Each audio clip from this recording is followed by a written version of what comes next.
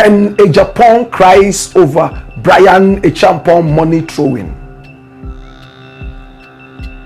Ken Agyapong cries over Bryan Acheampong money throwing. Who is Kennedy Agyapong? Now, 65-year-old Kennedy Agyapong served as an MP for his area in Asin Central for a number of terms, until he told himself that the Ghana parliament had become so cheap that any Tom, Dick and Harry could be part of the Ghana parliament as an MP. He said the MP money or the salary was so low that if anybody thought that was what was feeding him, then they would be lying. Again, he said that all the support he had been giving to people, should he give out his post as an MP, it will help him, because many people would not come back to him anymore. By virtue of the fact that I am an MP, many people troop to my house and ask for support. If today I decide to relinquish that position, those people would not come to me anymore, and I will save my money. Kennedy Agyapong. He's a vituperative man. He speaks with a lot of power and energy, and many have called him a loose cannon. Many say he is not, in fact, an office material. Many have said that this man here is so easy to get angry. In other words, he's bad-tempered, and he could just press buttons one day and set Ghana aflame should he get angry. But he has teeming fans as well. Many people who think that this is the man they want, the man who is not a regular politician, a man who could speak his mind, a man who could attack his own party and call them corrupt and thieves and foolish, a man who will stand up against the president of the republic with no fear and tell him, hey, I'll give you a showdown. A man who will threaten the vice president of the republic and tell him that you are a cheat, I'm coming for you. Many people think that this is the kind of man they want, the kind of man who would speak his mind no matter what. My brother, my sister, this is Kennedy Agyapong. If we mean to talk about him, we will need another 30 days before we can complete it. He's been on the campaign trail, and he has been campaigning, and recent statistics show that he is one of the people that might just be picked up for the flag bearer position of the NPP. And when you watch it here, my brother, my sister, this says the 2026 NPP presidential primaries. He is number 1 on the ballot box, followed by Bryan Acheampong. Mahamudu Bawumia comes next. Yao Osei Educhum, former education minister, comes 4. And then Kwabna Agyapong, whose father was a judge, one of the judges that went down in the days of Rawlings in the murder of the High Court judges. These are the people contesting. And it looks like the race has shifted away from Bawumia, and it is now between Kennedy Agyapong and Bryan Acheampong. Now, Bryan Acheampong boasted the other day that he gave Kennedy Agyapong $5 million American dollars in order for him to rescind his decision not to support the party and Bawumia in the last elections. From that time, Kennedy Agyapong has not really come out to deny it, but his followers have said that when Kennedy Agyapong went on the campaign trail, he spent more than the amount of money that Bryan Acheampong claimed he gave him. In other words, if I took any money from you, it was all spent and even more on the same campaign that I went on. Kennedy himself has never come out to deny that he took some money from Bryan Acheampong. Now, Bryan Acheampong is in a position of riches. Kennedy has always been seen as a rich man. He has said it time and again that he's richer than every single Hollywood star in America. In fact, he boasts every now and then that he has so much money that money doesn't frighten him. He started off by selling PK on the streets, as he told us. Some people said he went into drug peddling, but he has always denied it vehemently. Bryan Acheampong, on the other side, my brother, my sister, was born in 1972, and he was born in Nkwetia, in Nkwetia, the same birthplace as the special prosecutor, right there in the eastern region of Ghana, 1972. My brother, my sister, and he went to school in America and some other such places. It came out recently that he also had a stint with the American Army, which has become so controversial, and investigators are still looking at it. In fact, this man has tabled down his achievements, and some of them are shocking. I'm going to play you a tape. Listen to him blow his own trumpet. What he has done. He has the biggest hotel in the whole of West Africa, sitting on the mountains. He has built a certain long tarmac that's in an airport, and is one of the longest and the biggest in the whole of the South region. When I heard some of the things that he said, I was shocked, and I asked myself, what this man is saying, is it true? Or he's just telling us a cock and bull story in order to get elected? My brother, my sister, let's listen to this guy. He's called Bryan Acheampong. And when we return, we will scrutinize a few things and hit back strongly. Watch this. And then we talk about ideas. Ideas. The biggest hotel in Africa is my idea. The longest run airport, the airport with the longest runway in the world is my idea. I solved big problems that this country confronted. Ghost names. Removed over 50,000 people from the payroll through my software. That was my idea. All the companies that I run, functioning, employed, over 1,000 people around this environment, in this community, the growth pool that I've established here, those are ideas translated into action. Those who are competing with me, go to their communities and find out how their ideas have translated into action. But it's simple. Or if you remember, 2 weeks ago, Kudakos Station Multimedia, they put out that government or Cocoa Board has received $4 billion in deposits. Did you see that? You know who caused it? Brian, you are looking at me. When I went to the Ministry of Agriculture, Cocoa Board, I supervised it. They told me that since 1947, we have always gone for syndication. We go for $2 billion and it's a big deal. Cocoa Sikanaba.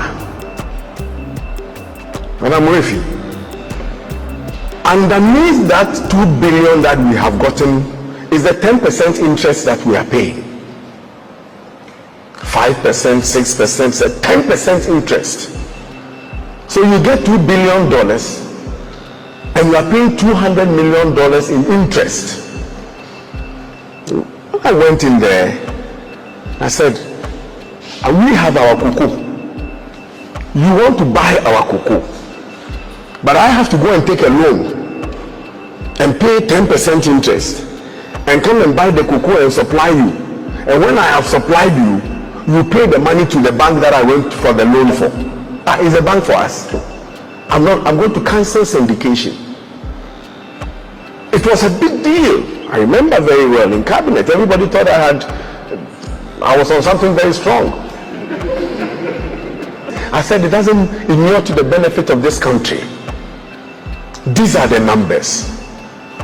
Everybody was against me. President Akufo-Addo took a chance on my decision and said I will support this. For the first time, 2024, we did not do syndication. And the strategy was simple. If you want Ghana cocoa, bring your money.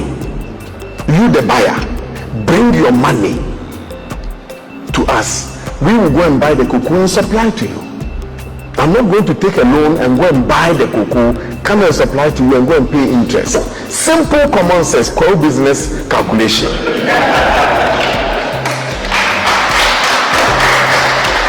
And that is how come I took the bold decision to cancel syndication.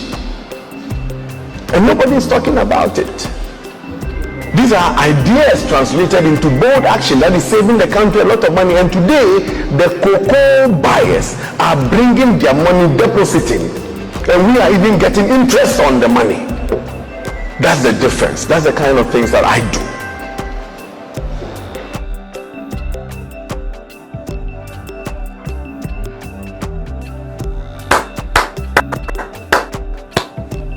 Did you hear him?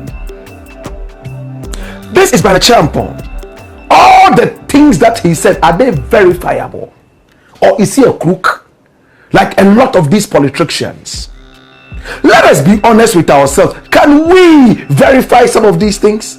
What happened to the cocoa syndication loan?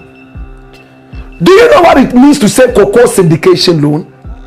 Ghana was going for loans, for instance, $2 billion American dollars, in order to buy our own cocoa from the farmers, which we went ahead to supply to potential buyers. And when they bought it and paid us, we had to go and pay back the loan of $2 billion with about 10% interest. So we paid about $200 million in excess of the interest. Do you understand it? You want my cocoa. Instead of bringing the money to buy the cocoa, no, you sit in your home, cross your legs, and you tell us to supply to you. How do we supply? We can't go to the farmers and say, oh, give us the cocoa. When we sell, we come and pay you. No, the farmer wants his money. Where do we get the money? We go to the same people and borrow $2 billion. And we use this money to buy the cocoa from our farmers, supply to these people, get the money from them, and when we are paying them back their $2 billion, we have to pay interest in excess of 10%, $200 million. Bryan Acheampong said, he sat back and said, no, this does not inure to the benefit of the nation. I will cancel it. So he went back to the buyers and said, hey, we have the best cocoa in Ghana. And at that time, he was the agric minister. We are not going to supply you cocoa like that. You have to pay us first. Then we'll bring the cocoa to you. And that way, they were able to cut away the syndication loans. Today, Cocoa Board is sitting down with that whatever syndication loans. And according to him, Cocoa Board is making like $4 billion American dollars. Is that true? Is that false? My brother, my sister, if this is true, then this is a visionary. If this is true, then this guy has brains. I've never met him, never seen him, never encountered him. In fact, I've never liked him. Because in the run-up to the elections, this was the man who said they would never hand power over to anybody, not the MDC. They will keep power. And for me, I thought that that was a usurpation of the franchise of the people of Ghana. Can I say it again?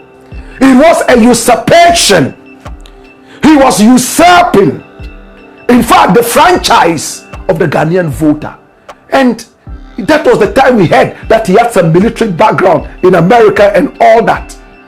And initially, I had also heard that the software he was talking about that was taking ghost names out, in fact, it was overpriced to the government of Ghana because his party was in power and he made so much money millions of American dollars from that software. Is it true that it was overpriced? I've heard this in several quarters. He says he's built the longest, or the idea came from him, the longest runway into the tarmac of one of the biggest airports. He says, and I close on that, the other people who are competing with me, go to their areas and constituencies and let's see what their ideas have culminated into. I like that. Let's go to Kennedy Agyapong's place. His ideas, have they brought anything meaningful to the people of Asin Central? At least, if you give a man a small piece of land for him to farm on, you don't add more land if he hasn't been able to put this small piece of land into judicious use, maximum use. If you send sheep out to graze and they don't return, you don't send more. I think that I'm beginning to like the way this Bryan Acheampong guy is speaking. He has ideas. His ideas have come out with some facts. But this is where the problem is.